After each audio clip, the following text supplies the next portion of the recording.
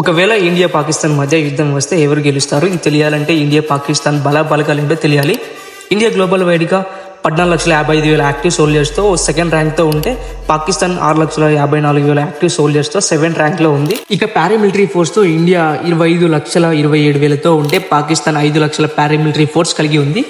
Air force విషయానికి వస్తే India దగ్గర 2,229 యుద్ధ విమానాలు ఉన్నాయి, 513 fighter aircrafts, 130 dedicated attacks, 74 special missions, 6 aerial tanks, 899 helicopters, 80 attack helicopters ఉండగా పాకిస్తాన్ దగ్గర 1399 aircrafts, 328 fighter aircrafts, 90 dedicated attacks, 27 special missions, 4 aerial tankers, 373 helicopters, 57 attack helicopters కలిగి ఉంది. ఇండియన్ నేవీ ఫోర్స్ విషయానికి వస్తే INS Vikrant, INS Vikramaditya అనే 2 air crafts carriers, 18 submarines, 293 యుద్ధ నౌకలు ఉండగా పాకిస్తాన్ దగ్గర కేవలం 121 యుద్ధ నౌకలు, 8 సబ్మెరీన్స్, ఎయిర్ క్రాఫ్ట్ క్యారియర్స్ ఒక్కటి కూడా లేవు.